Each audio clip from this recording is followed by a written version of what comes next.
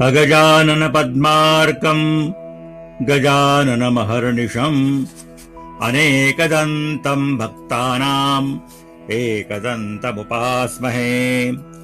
सरस्वत्यै नमस्तुभ्यम् योगेश्वर्यै नमो नमः। वेद वेदान्त वेदांग विद्यास्थानेभ्य एव च। ज्ञानानन्दमयम् देवम् निर्मलम् स्फटिकाकृतिम् आधारम् सर्वविद्यानाम् हयग्रीवमुपास्महे।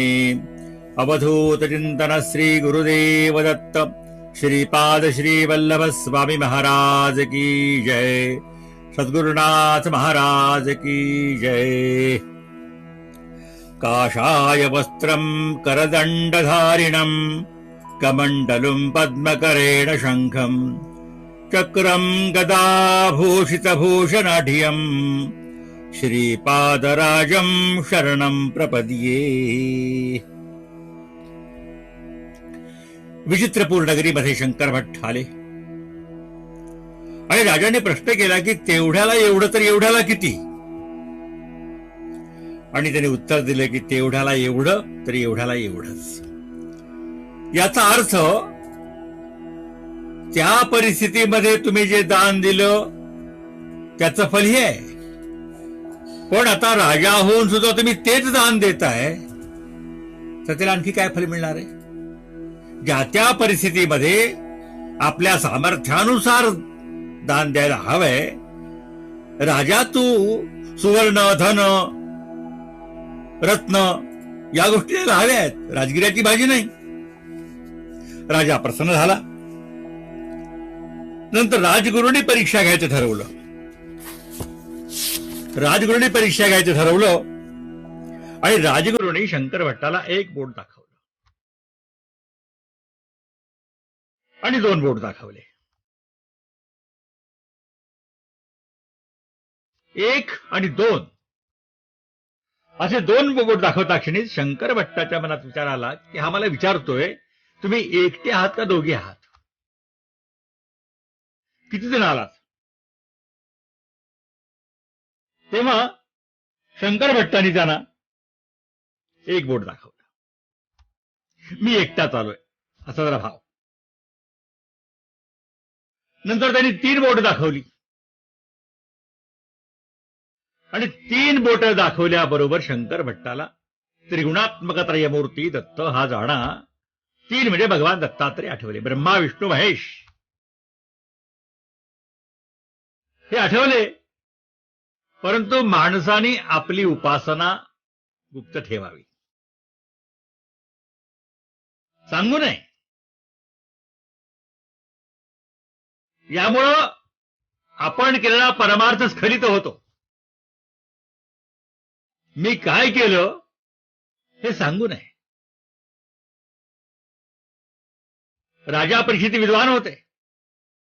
त्यांनी आपल्या आतून झालेली चूक सांगितली पण पुण्यकर्म नाही सांगितलं. तिथे पुण्यकर्माची वाच्यता करू नये, पापकर्म लपवू नये.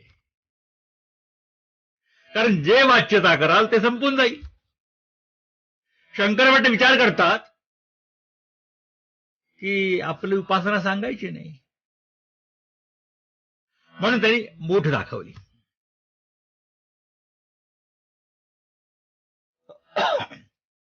आणि राजगुरू प्रसन्न झाले.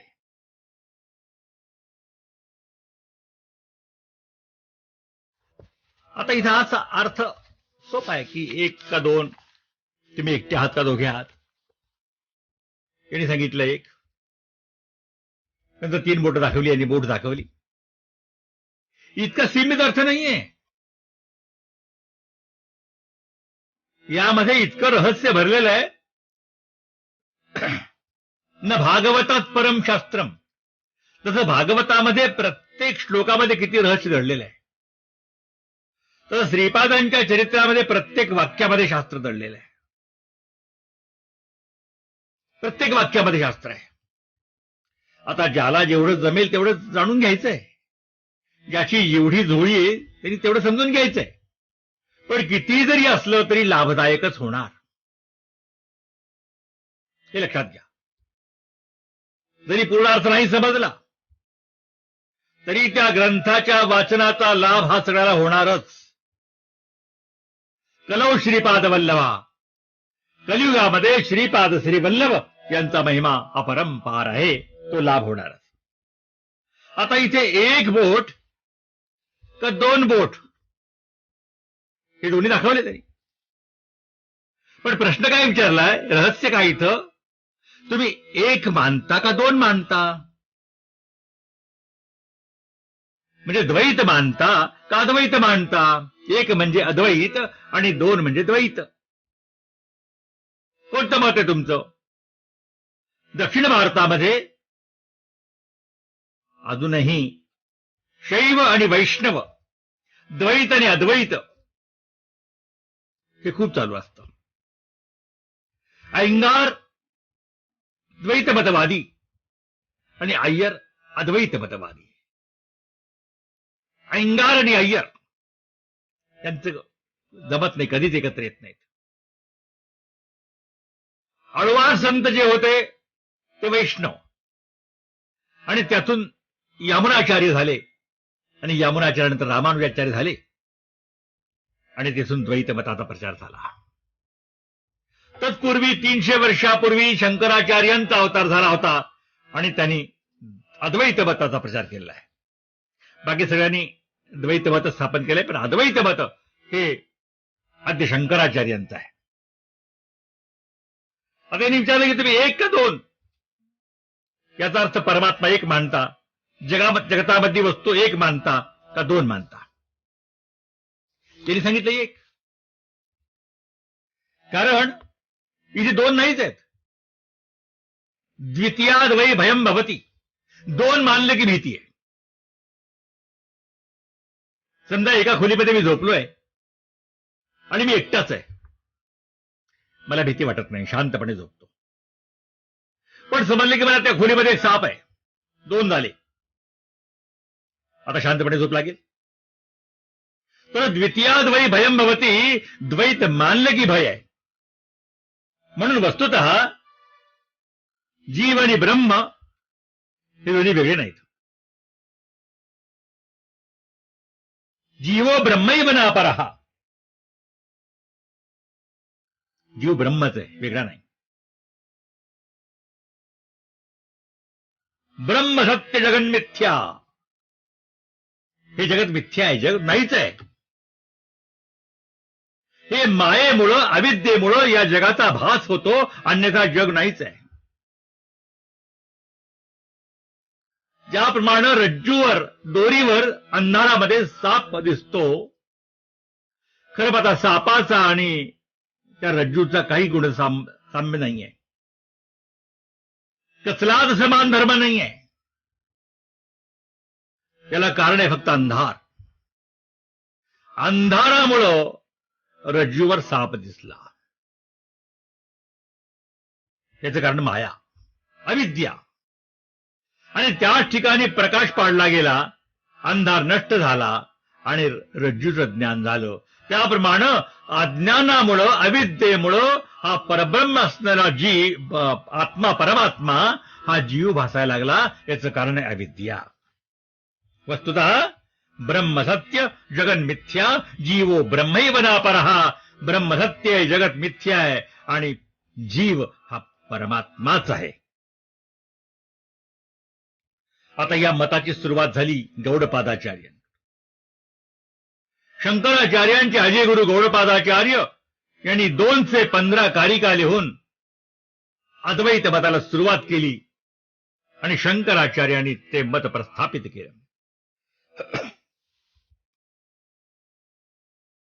तत्र को मोहा कहा शोकः एकत्व मनुपश्यत. जेव्हा सगळं तत्व एकच वाटायला लागतं, तिथे कसला मोहन, कसली खंत आहे, कसला शोक आहे? एकच जर तत्व आहे तर. जेव्हा दोन मानतो तेव्हा मात्र वियोग, संयोग यापासून होणारे दुःख हे सगळे अनुभवावे लागतात. पण सर्वं खलुइदं ब्रह्म, हे ब्रह्मच आहे, ब्रह्मा व्यतिरिक्त काहीच नाही.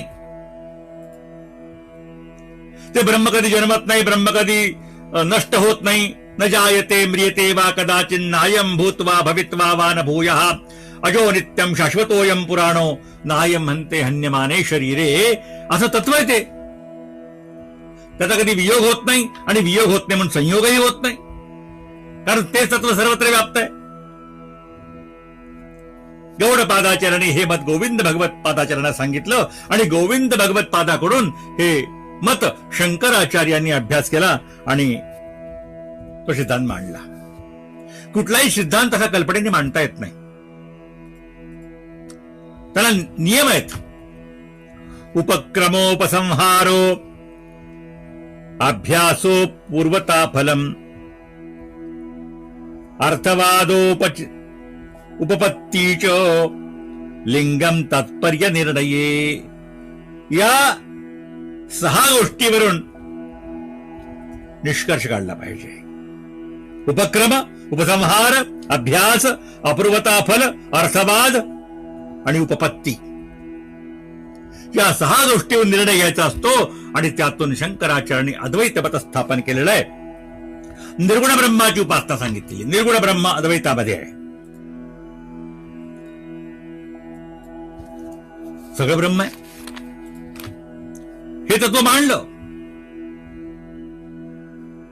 पण लगेच 300 वर्षानंतर रामानुज झाले आणि त्यांनी द्वैत मत मांडलं. त्यांनी विशिष्ट अद्वैत नावाचा संप्रदाय स्थापन केला. म्हणून 2 जे दाखवलेलं आहे, तुम्ही द्वैत मानता का अद्वैत मानता. आता हे विशिष्ट अद्वैत जे आहे, ईश्वर, चित आणि अचित हे तिन्ही नित्य आहेत. इथे केवळ ब्रह्मसत्य आहे. अद्वैतामध्ये ब्रह्मसत्य आहे, बाकी सगळे मिथ्य आहे. पण विशिष्ट अद्वैतामध्ये ब्रह्म न म्हणतात, ईश्वर म्हणतात. सगुण ब्रह्माची उपासना करतात. निर्गुणाकडे जास्त लक्ष नाही त्यांचं. सगुण असणारा ईश्वर, चित म्हणजे चेतना जीव आणि अचित म्हणजे सृष्टी. हे तिन्हीतही आपली सत्ता आहे. तीनही ठिकाणी आपल्या जागेवर व्यवस्थित सत्य आहेत, नित्य आहेत. त्यात फक्त चित आणि अचित जे आहे, जीव आणि जड जे आहेत, ते ईश्वराश्रित आहेत. हे मान्य त्यांना. ईश्वरापासून निर्माण झाले हेही मान्य आहे आणि ईश्वराश्रित आहेत हेही मान्य आहे. ईश्वर मात्र अनाश्रित आहे. ईश्वराला कधीच कोणाचा आश्रय घ्यायची गरज नाही, असं हे तत्व आहे. विश्वाचा निर्माता परमात्मा आहे. संहर्ता तोच आहे, विश्वातीत तोच आहे, विश्वांतर्यामी तोच आहे, पूर्ण तोच आहे. कोण? सगुण ब्रह्म ईश्वर. आणि भक्तीनेच मोक्ष प्राप्त होतो असा सिद्धांत मांडलेला आहे. अद्वैतामध्ये ज्ञानात एव तु कैवल्यम, ज्ञानानच मोक्षाची प्राप्ती होते. आणि ज्ञान म्हणजे शब्दज्ञान नव्हे. ऐका ज्ञानाचे लक्षण. ज्ञान म्हणजे आत्मज्ञान. पावे आपणासी आपण या नाव ज्ञान. आपल्या स्वस्वरूपाला जाणणं म्हणजे खरं ज्ञान आहे. म्हणून ज्ञानान्मुक्ती ही ज्ञानानच मुक्ती मिळत असते. कारण ते आत्मतत्व जाणल्याशिवाय मुक्ती कशी मिळणार. पण यांनी सांगितलं केवळ भक्तीने मुक्ती मिळते. पण भक्ती कशी असावी? प्रपत्ती असावी. प्रपत्तीचा विचार केलाय आपण. प्रपद्ये, प्रपत्ती शब्दापासून प्रपद्ये शब्द झाला. श्रीपादराजम शरणम प्रपद्ये असा शब्द झाला, तो प्रपत्तीपासून झालेला आहे. म्हणून 1 का 2 म्हणजे द्वैत का अद्वैत. अजून दक्षिण भारतामध्ये हे तत्व टिकून आहेत. आपण महाराष्ट्रीयन रामाचे कल्याण आणि रावणाचे कल्याण, काय आम्हाला देणं घेणं नाही, अशी अवस्था आहे. हे सगळं अभ्यास केला पाहिजे हो. हे जाणल्याशिवाय नाही होणार. माणसाची सीमा अशी झाली आहे, मी जेवढं जाणतो तेवढं तत्व त्या जगात पसरलेलं आहे, बाकी सगळं थोतांड आहे. बरेच लोक बोलतात दुसऱ्या मार्गाबद्दल, नाही ते खोटं आहे, हो सगळं आमचं जे आहे ते खरं आहे. अहो तुम्ही जाणता काय? खूप मंडुकवत असणारी जी माणसं आहेत ना, ते दुसऱ्या मार्गाला मानतच नाहीत. त्या बेडकाला वाटतं की डबक्या एवढंच जग आहे. तसं अनंत शास्त्रम बहुलाश्च विद्या अल्पश्च कालो बहवश्च विघ्नाः. अनंत शास्त्र आहेत, अपार विद्या आहेत, आणि माणसाचं आयुष्य फार थोडं आहे, आणि त्यातही विघ्नच विघ्न आहेत. म्हणून मी जाणत नाही म्हणून जगात हे मत नाही असं म्हणायचंच नाहीये. बहुला अपार विद्या आहेत. पण काय होतं, एकदा त्या वटवाघळाने मीटिंग घेतली आणि म्हणले हे माणसं सूर्य आहेत, दिवस असतो, काहीतरी बोलत असतात. म्हणले कुठे दिवस असतो, कारण वटवाघळाला दिवसा दृष्टी नसते, रात्रीच फिरतात. तरी सगळ्या वटवाघळाची सभा घेतली आणि ते म्हणाले की माणसं वेडी आहेत, त्याला काही माहिती नाही. ते दिवस असतो म्हणे, सूर्य असतो म्हणे, कुठं कोण सूर्य पाहिलाय. आणि निर्णय झाला की माणसं वेडी आहेत, दिवस नसतो, सूर्य नसतो. तरी म्हणले आपण एक सेकंड ओपिनियन घेऊत या. म्हणून त्याने दिवाभीत रात्रीचा पक्षी जो असतो त्याला मराठीमध्ये घुबड म्हणतात, तो दिवसा काही पाहत नाही. त्याच्याकडे गेले आणि सांगितली आपली शिकायत. त्याने मीटिंग भरवली त्याच्या सजातीय प्राण्याची आणि विचार विनिमय केला आणि म्हणले की माणसं खोटं बोलतायत, दिवस नसतो, सूर्य नसतो. त्याप्रमाणे मला माहिती नाही म्हणून जगात नाही अशी म्हणणारी जी माणसं आहेत ती चुकीची आहेत. भारतीय ऋषी मुनींनी अपार सगळे मार्ग बरोबर आहेत, लक्षात घ्या. द्वैत असो अद्वैत असो तुम्हाला कल्याणाच्या मार्गावरच नेणार आहेत. आता त्यातलं जे मत आपल्याला आवडतं त्या मताने आपण जायचं असतं, पण ते चूक आहे आणि हे चूक आहे असा अजिबात निर्णय घ्यायचा नाही. प्रवास करायचा आहे, ठीक आहे. कोणता मार्ग विमानाचा असेल, कोणता मार्ग रेल्वेचा असेल, कोणतं साधन बैलगाडीचं असेल, पण गम्यस्थान एकच आहे. पिपीलिका मार्ग, मर्कट मार्ग आणि विहंगम मार्ग असे मार्ग आहेत. म्हणून जे जाणत नाही तिथं मौन धारण करत जा माणसाने.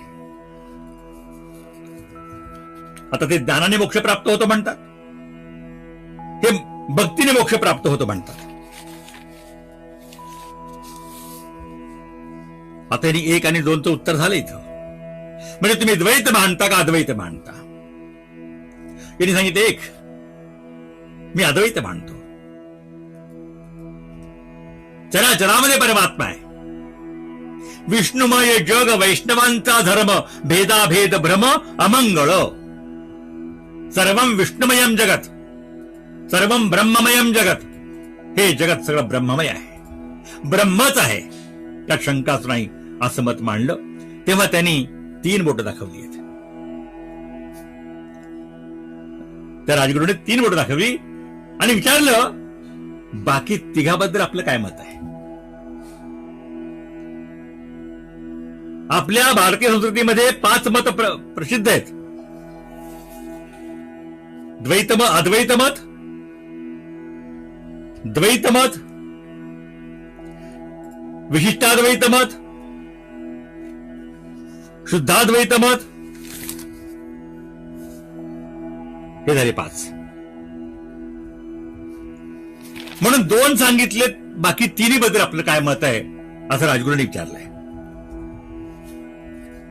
म्हणजे रामानुजाचार्य विशिष्टाद्वैत, ते द्वैतच होतं पूर्वी, पण नंतर मध्वाचार्य झाले आणि मध्वाचार्याने केवळ द्वैत मांडलं. रामानुजांनी शंकर याच्या मतामध्ये काही साम्य आहे, कारण रामानुजांचा अभ्यास शंकराचार्यांच्या शिष्याकडून झाला होता, परंपरेतून झाला होता. म्हणून त्यांनी ज्या गोष्टी ग्राह्य त्या घेतलेल्या आहेत.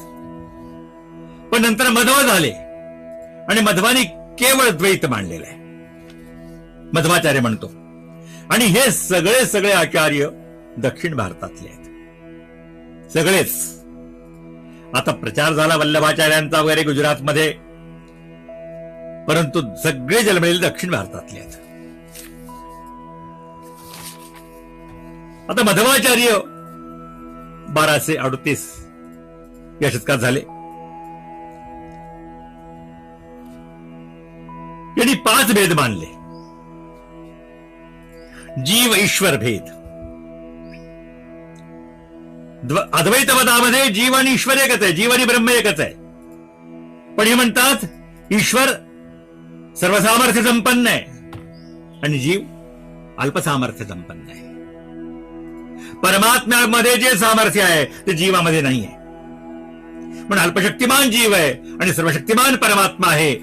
म्हणून पहिला जीव ईश्वर भेद, दुसरा जीव जीव भेद. अद्वैतामध्ये सगळ्यामध्ये असणारं तत्व एकच आहे, सगळ्यामध्ये असणारं चैतन्य तत्व एकच आहे, भेद नाहीये. तुका म्हणे एका देहाचे अवयव सुखो दुःख जीव भोग पावे, सगळ्यामध्ये एकच परमात्मा भरलेला विष्णुमय जग वैष्णवांचा धर्म. पण मध्व म्हणतात की जीव जीव भेद आहे. 2 जीवामध्ये ऐक्य असू शकत नाही. याचं चैतन्य वेगळं, त्याचं चैतन्य वेगळं, याचा आत्मा वेगळा, त्याचा आत्मा वेगळा. हे अणुसारखे आहेत, स्वतंत्र फिरत असतात, असं माधवांचं मत आहे. म्हणून जीव ईश्वर भेद, जीव जीव भेद, जीव जड भेद. जीव आणि जड, चेतन आणि अचेतन यामध्ये भेद. ईश्वर जड भेद, ईश्वरामध्ये आणि जडसृष्टीमध्ये भेद आणि जड जड भेद. 2 जड वस्तू सुद्धा एक असू शकत नाहीत असं त्यांचं मत आहे. आत्मा परमात्मा भिन्न मानतात ते. त्यांचं मत आहे की आत्मा परमात्मा होऊ शकत नाही कधी, किती कालांतराने. आत्मा आत्मात राहतो, परमात्मा परमात्मात राहतो, कारण तो सर्वशक्तिमान आहे, सर्वसमर्थ आहे. संसार सत्य आहे. आता आपल्या इथं अद्वैतामध्ये मिथ्या आहे, म्हणजे जगत सत्यम. जगन मिथ्या आचार्यांचं जे तत्व आहे ते यांनी खंडन केलं. हे द्वैतवाद, यांना पूर्ण प्रज्ञा असं म्हणतात, यांना वायूचा अवतार म्हणतात. प्रथमो हनुमन्नाम द्वितीयो भीमैव च पूर्णप्रज्ञ तृतीयस्तु. हे सगळे भगवत कार्य साधका, हा भगवत कार्यवाहक आहेत सगळे. वायूच्या अवताराचं वर्णन त्यांना दिलेलं आहे. असा हा झाला दुसरा भाग. म्हणजे पहिले 2 झाले ते रामानुज आणि शंकर. आता 3 जे विचारले त्यापैकी मध्व झाले आणि मध्वाच्या नंतर झाले निम्बार्क. निम्बार्क आचार्याने द्वैताद्वैत मत स्थापन केलेलं आहे. खरं आता वैष्णव संप्रदायामध्ये सगळ्यात प्राचीन जर तत्व काय असेल ते हे आहे. याला सनकादी संप्रदाय म्हणतात, किंवा कुमार संप्रदाय म्हणतात, किंवा हंस संप्रदाय म्हणतात. इथे भेदाभेदवाद आहे हा सगळा. द्वैतही सत्य आहे आणि अद्वैतही सत्य आहे, हे निम्बार्काचं मत आहे. ब्रह्म आणि जीव भिन्नही आहेत आणि अभिन्नही आहेत. अहमित्येव यो वेद्यः सजीव इति कीर्तितः. मी जो म्हणतो तो जीव आहे. अहंकारात्मक मी जो म्हणतो तो जीव आहे. सदुःखी ससुखी, त्याचा मीपणा असल्यामुळे तो दुःखी होतो किंवा सुखी होतो काही प्रसंगामध्ये. सदुःखी ससुखी चैव सपात्रम बंध मोक्षयोः. तो बंधालाही कारण ठरू शकतो आणि मोक्षालाही कारण ठेवू शकतो. निंबार्काचं मत आहे.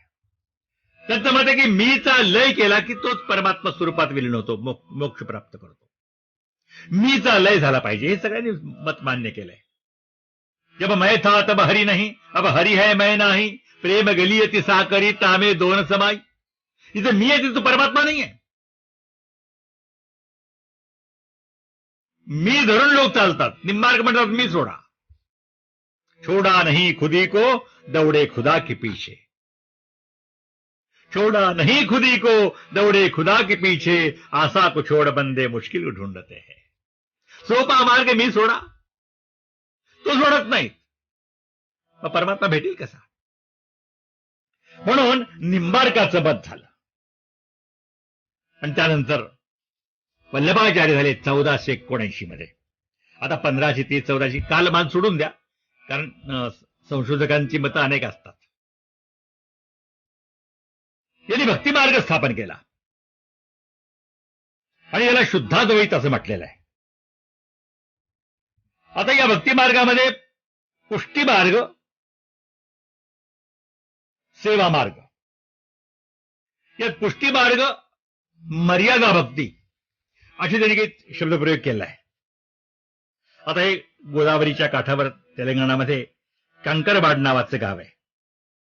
तिथे यांचा जन्म झालेला आहे.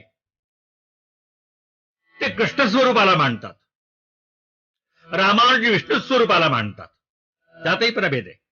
द्वैतामध्ये सुद्धा वल्लभ हे कृष्ण स्वरूपावर अत्यंत निष्ठावान आहेत. कृष्णाधीना तु मर्यादा स्वाधीना पुष्टिरुच्यते. त्यात पुष्टी भक्ती आणि मर्यादा भक्ती त्यांनी दोन भक्तीचे सांगितलेले मार्ग, सेवा मार्ग. त्यात पुष्टी भक्ती केवळ आपल्या इच्छेने भगवंताला प्रसन्न करण्याकरता सगळं करणे, भगवंताला प्रसन्न करण्याकरता जे करता येईल तेवढं करत राहणे, ही पुष्टी भक्ती. आणि मर्यादा भक्ती, शास्त्रांनी सांगितलेल्या मर्यादेचं पालन करून भगवंताची सेवा करणे. याला आपल्या भाषेत वैधी भक्ती असं म्हणतात. म्हणजे विधीपूर्वक शास्त्रांनी सांगितलेल्या विधीने केलेलं पूजा उपचार जे आहेत ते वैधी भक्ती म्हणजेच मर्यादा भक्ती. आणि पुष्टी भक्ती म्हणजे रागात्मिका भक्ती, प्रेमाने अनुरागाने केलेली. जसं शबरीने उष्टी बोरं दिली, तिथे विधी नाही येतो, शास्त्र नाही येते उष्ट द्यायचं, परंतु अनुरागात्मिका बुद्धी आहे. अनुराग, प्रेम, आणि प्रेमामध्ये भेद नाहीये. आणि या प्रेमलक्षणा भक्तीचं वल्लभाचार्यांनी स्वीकार केलेला आहे.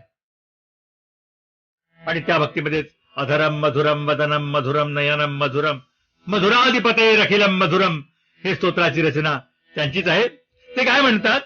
ब्रह्म सत्यम जगत सत्यम. आचार्यांचं मत ब्रह्म सत्य जगन मिथ्या, जीव ब्रह्मैव नापरः. ते म्हणतात ब्रह्म सत्यम जगत सत्यम अंशो जीवो हि नापरः. ब्रह्म सत्य, जगत सत्य आहे आणि जीव हा अंश आहे, ब्रह्म नाही, असं वल्लभांचं मत आहे. श्रीकृष्ण उपासनेला खूप महत्व आहे.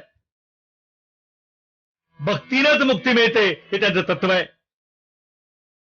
त्यात नामसेवा आणि रूपसेवा असे परत दोन मार्ग सांगितलेले आहेत. भगवंताचं नामस्मरण, श्रीकृष्ण शरणम मम, श्रीकृष्ण शरणम मम. सदैव भगवंताचं नामस्मरण ही नामसेवा झाली. आणि रूपसेवा, भगवंताच्या रूपाची सेवा करणे. आता ही सेवा 3 प्रकारची आहे: तनुजा, वित्तजा आणि मानसी. तनुजा म्हणजे प्रत्यक्ष शरीराने भगवंताच्या मंदिरात जाऊन झाडून काढणे, स्वच्छ पुसणे, भगवंताची शरीराने जेवढी सेवा करता येईल तेवढी करत राहणे, ही झाली तनुजा. इथून सुरुवात भगवंताच्या शोभायात्रेमध्ये भगवंतापुढे नाचणे, हे सुद्धा तनुजा भक्ती आहे. आणि त्याच भक्तीचा पुढे होत होत होत होत विकास इस्कॉन जे झालेलं आहे ते वल्लभ संप्रदायातूनच पुढे निघालेला आहे. चैतन्य महाप्रभू आणि तिथूनही प्रश्न भक्तीचा विकास चाललाय. ही तनुजा भक्ती.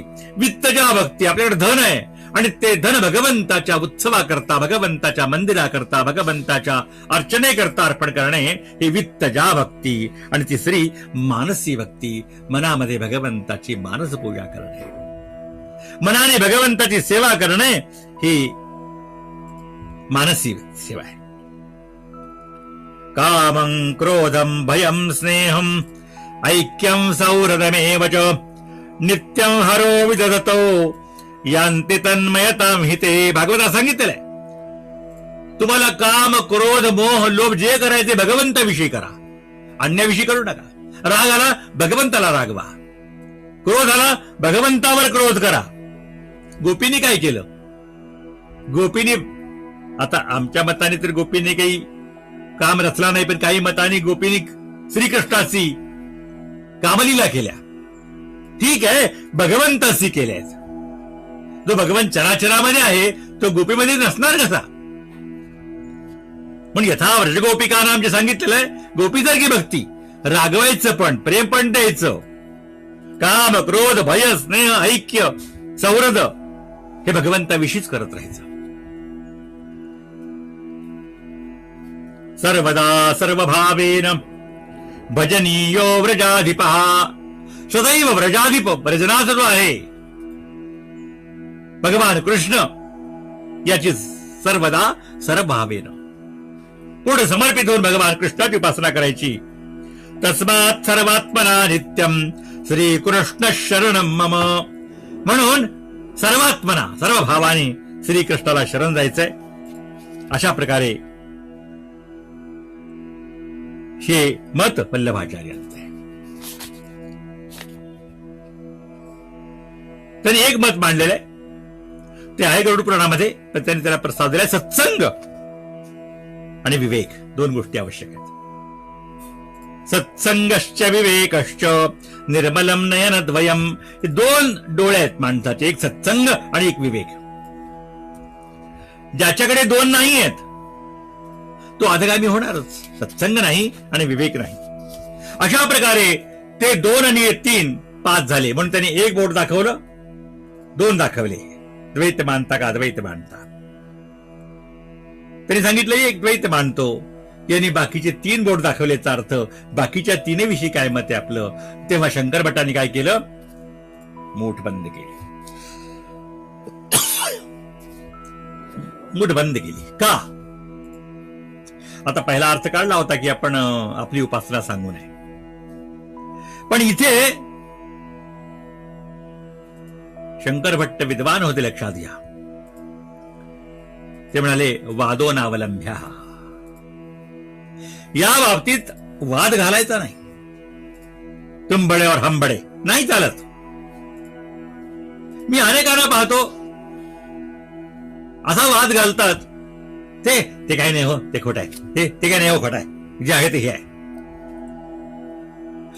सगळे लोक म्हणजे नामाभिमानी असणारे लोक सुद्धा, नामस्मरण करणारे सुद्धा, ते सुद्धा असं बोलतात. आपण कबीराने सांगितले ना, राम राम सब कोई कहे ठग ठाकुर और चोर, जिस नाम से ध्रुव प्रहलाद तरे ओ नाम कुछ और. राम राम सब कोई कहे दशरथ कहे न कोई, एक बार दशरथ कहे तो दुख काहे को होय. पुढे कबीर म्हणतात, माला फेरत युग भया मिटेन मन का फेर, कर का मन का डार दे मन का फेर. माळा फिरता फिरता लोकांचे अहंकार गेले नाहीत, ते वादत घालतात. नामापेक्षा काही नाही हो, आहे तत्व मान्य आम्हाला, परंतु दुसरे मार्ग खोटे म्हणू नका. सगळे मार्ग सत्य आहेत. ऋषी मुनींनी सगळे मार्ग सत्य आहेत, पण माहीत नसल्यामुळे लोक वादविवाद घालतात. शंकर भट्ट विद्वान होते, ते म्हणाले या बाबतीत मी माझं मत प्रकट करणार नाही, पण मूठ बंद केली. कारण वादो नावलंब्या. नारद भक्त सांगितलेलं वाद घालायचा नाही. अशा प्रकारे हे त्यांनी मत मानलेलं आहे. आणि राजगुरू प्रसन्न झाले आणि त्यांनी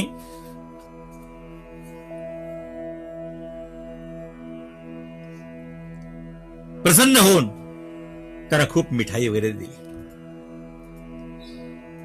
पण यांनी मिठाई स्वीकारली नाही.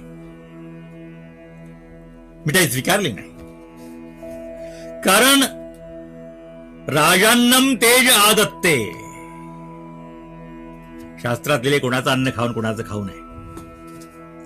राजाचं अन्न खाले की तेज समाप्त होतं. राजान्नम तेज आदत्ते शूद्रान्नम ब्रह्मवर्चसम आजुस्सुवर्णकारान्नम यशश्चर्म विक्रंतीनः. कुणाचं खाल्लं म्हणजे काय होतं? राजाचं अन्न खाल्लं की तेज नाहीच होतं.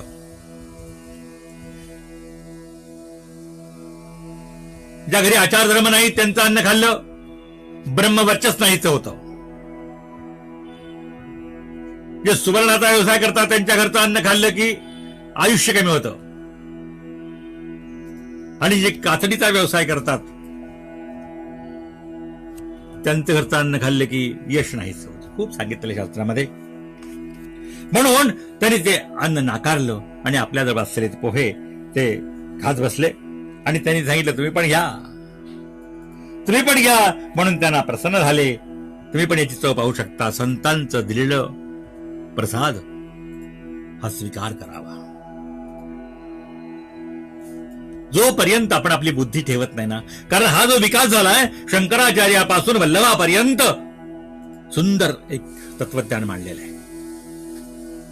नंतर लोक फक्त अहंकारात पडले. आम्ही उभे, तुम्ही आडवे. आडवं भस्म लावले की तुम्हाला स्पीड ब्रेकर लागतात, तुम्ही वर जात नाही म्हणे वैकुंठाला. आणि वर उभगंध लावले की वैकुंठाला जातात. ही काय अवस्था लोकांची झाली आहे. गंध लावण्याने मोक्ष मिळतो, आडवं किंवा उभं ते एक प्रतीक आहे की तुम्ही कुठली उपासना करताय. असं म्हणतात आमच्याकडं घर सारवताना घरची स्त्री वैष्णवानी पोतेरे घेऊन उभंच सारवायचं, आडवा हात करायचा नाही. आणि शैवाने उभं सारवायचं नाही, आडवंच सारवायचं. एका गावामध्ये एक व्यक्ती गेला आणि बसने उतरताना शर्ट अडकला आणि फाटला. आता 2 दिवसाकरता गेला होता, बाकी कपडे घेतले नव्हते. आता शर्ट फाटला, आता काय करणार, बरं दिसत नाही ना. मग एका शिंप्याच्या दुकानात गेला आणि त्याला विचारलं, अहो शिंप्याने स्वागत केलं, या या बसा बसा, वा वा, कसं काय येणं केलं. त्यावेळी असाच शर्ट फाटलाय, मग शिवून द्या ना. शिवून द्या म्हणता क्षणी उठ हो बाहेर. या मनुष्याला कळलं काय झालं, काय चुकलं. आल्यावर या बसा स्वागत करतायत आणि शर्ट फाटलाय, शिवून द्या म्हटलं की बाहेर म्हणतायत. दुसऱ्या दुकानात गेले, तिथे त्यांनी स्वागत केलं, बसवलं, विचारलं कसं काय येणं केलं. त्यांनी सांगितलं की शर्ट फाटलाय, मग शिवून द्या ना. शिवून द्या म्हटलं की हो बाहेर. 5-6 दुकानात गेला, तिथे हाच अनुभव आला. मग शेवटी एका ज्ञानी माणसाला विचारलं की बाबा हे असं काय म्हणतायत, या म्हणतायत, बसा म्हणतायत, स्वागत करतायत आणि फक्त शिवून द्या म्हटल्याबरोबर बाहेर हो म्हणतायत. अरे हो हो, त्याचं असं म्हणाले, हे गाव आहे वैष्णवांचं आणि ते शिवून द्या म्हणताना शिव शब्द आला किती मध्ये, शिवून द्या मध्ये जरी शिव शब्द आला तरी हो बाहेर म्हणतात. कुठल्या पराकुटीला लोक पोहोचले आहेत, काय प्रगती होणार आहे. शिवश्च हृदयम विष्णो, विष्णोश्च हृदयम शिव. शिवाचं हृदय विष्णू आणि विष्णूचं हृदय शिव आहेत, हे जाणून घेतलं पाहिजे. कुठेही कुठल्याही मार्गाला नाव ठेवता कामा नये. कुठल्याही उपास्य देवतेला, कुठल्याही गुरुला नाव ठेवू नका. प्रत्येकाला आपले गुरु प्रिय आहेत, प्रत्येकाचे गुरु समर्थ आहेत. त्यामुळं आमचे हे, तुमचे ते. अहो लोक उपास्य देवते करता भांडतायत. आमची देवता अशी, तुमची देवता वा, अजिबात नाही. भगवंताच्या लीला आहेत. कुठल्या रूपाने काय केलं हे दाखवण्याकरता भक्ताला तिने अवतार घेतलेले आहेत. त्याला काही कर्म नाही, प्रारब्धभोग नाहीये. म्हणून त्यामध्ये न पडता आपल्या जीवनाचं कल्याण कसं करता येईल याचा माणसाने विचार करावा. विनाकारण या गोष्टीमध्ये पडू नये की जेणेकरून आपलं हानी होईल, असा विचार करू नये. अशा प्रकारे हे जे आज मुद्रा दाखवून जे संवाद झाला त्याचा मूल तत्व असं आहे की तुम्ही अद्वैत का द्वैत मानता. त्यांनी अद्वैत म्हटल्यानंतर बाकी 3 मताचं त्यांनी विचारलेलं आहे आणि 3 मतही सांगितलेली आहेत. निंबार्काचार्य, वल्लभाचार्य आणि मध्वाचार्य आणि पूर्वीचे 2 रामानुज आणि शंकराचार्य, हे 5 मत आहेत. त्यांचा इथं विचार विनिमय झालेला आहे. बाकीचा विचार आपण पुढे शतरुद्रीय हा जो भाग आहे त्याचा भाग आपण पुढच्या प्रवचनात करणार आहोत. सुखी रहा, आनंदात रहा. सर्वोपि सुखिनः सन्तु, सर्वे सन्तु निरामयाः, सर्वे भद्राणि पश्यन्तु, मा कश्चित् दुःखमाप्नुयात्, सर्वस्तरतु दुर्गाणि, सर्वो भद्राणि पश्यतु, सर्वान् कामान् वाप्नोतु, सर्वः सर्वत्र नन्दतु, सर्वे जनाः सुखिनो भवन्तु, सर्वे जनाः सुखिनो भवन्तु, सर्वे जनाः सुखिनो भवन्तु. अवधूत चिंतन श्री गुरुदेव दत्त, श्री सद्गुरुनाथ महाराज की जय. एक सूचना आहे, या चातुर्मासामध्ये आषाढ शुद्ध एकादशी, देवशयनी एकादशी पासून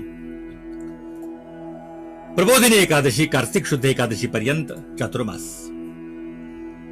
या चातुर्मासामध्ये अत्यंत पवित्र काळ असतो. पवित्रही तेवढाच आणि घातकही तेवढाच आहे. कारण भगवान झोपलेले असतात. किंवा भगवान बळीकडे पाताळच असतात. त्यामुळे या काळात मंगल कार्य आपण करत नाही. त्यामुळं भगवंताच्या उपासनेने अनिष्ट येऊ नये. आणि परमार्थ एक तर काय 4 महिन्यामध्ये पाऊस खूप असतो, त्यामुळे प्रवास वगैरे बंद असतात. त्यामुळे घरी बसून भगवंताचा नामजप, भगवंताची उपासना, साधना, अध्ययन, स्वाध्याय, अनेक ग्रंथाचं चिंतन हे आपण सगळ्यांनी घरी करायचंय. दिगंबरा दिगंबरा श्रीपाद वल्लभ दिगंबरा ही सूचना आपल्याला मिळेलच. तर ती आपण यथाशक्ती जप करावा, संख्या नोंद करावी आणि कार्यक्रमात शेवटी ती सांगावी संख्या. आता आपला परिवार एक आहे त्यामुळे सांगायला हरकत नाही, बाकी कोणाला सांगू नका आम्ही रोज इतक्या माळा जप करतो, ते नियम मला माहित आहे. तर अशा प्रकारे उपासना करावी. चातुर्मासाचा काळ अत्यंत पवित्र आहे. आपल्या जीवनाचं हित करण्याकरता आपण तत्पर असावं. अवधूत निरंतर श्री गुरुदेव दत्त श्री सद्गुरुनाथ महाराज की जय.